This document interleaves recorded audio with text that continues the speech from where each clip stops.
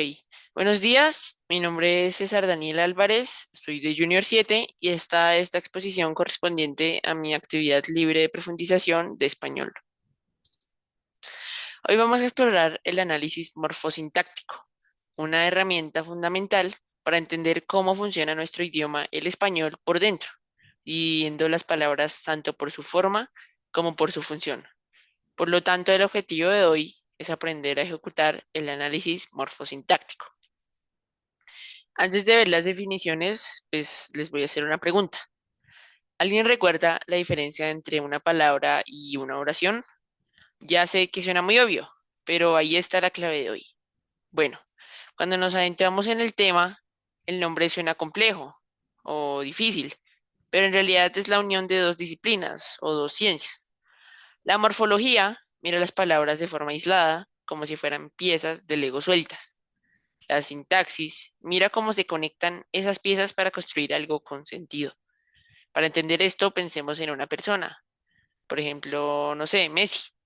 Si hacemos un análisis morfológico de Messi, él es un ser humano, una persona. Esa es su identidad fija, no va a cambiar. Pero si hacemos un análisis sintáctico, depende de dónde esté.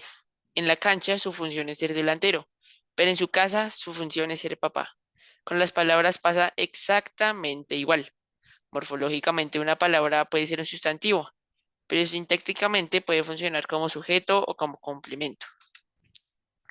Bueno, antes de todo esto, es indispensable señalar que bajo ninguna circunstancia podemos olvidar los conceptos básicos.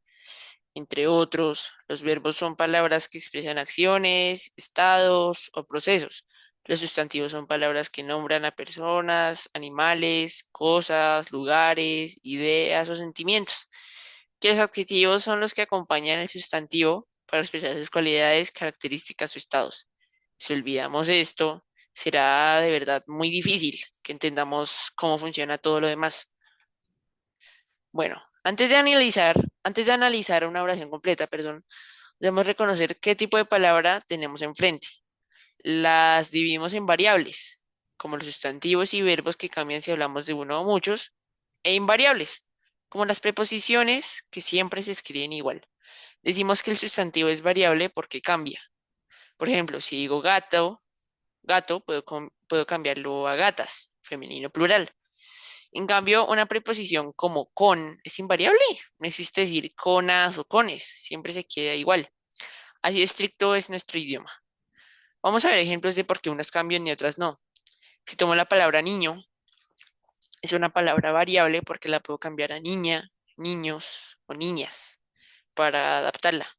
En cambio, si tomo la palabra ayer, pues es invariable. Yo no puedo decir ayeres o ayera, ¿cierto que no?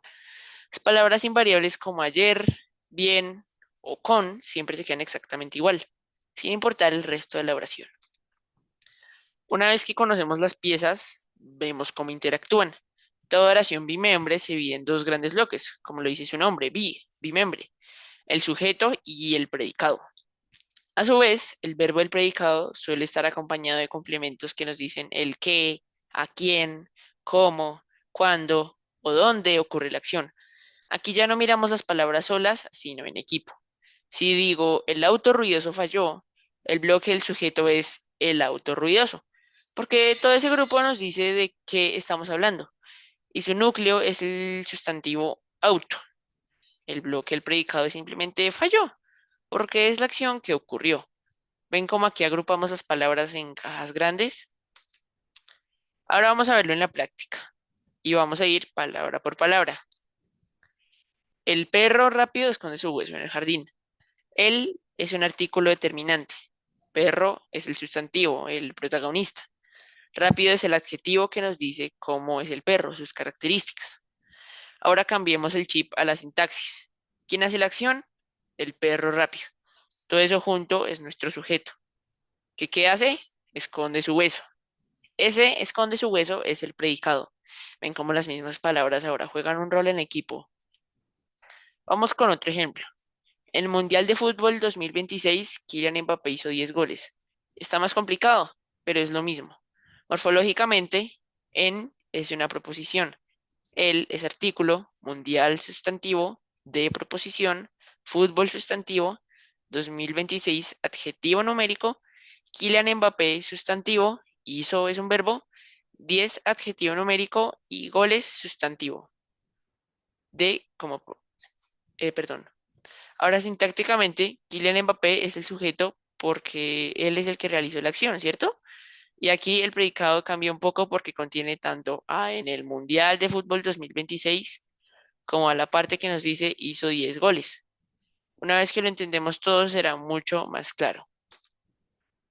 Para cerrar, dominar este análisis no es solo para aprobar exámenes, nos permite escribir con mayor claridad, evitar ambigüedades y entender la lógica profunda de cualquier idioma que queramos aprender. Muchas gracias por su atención y hasta pronto.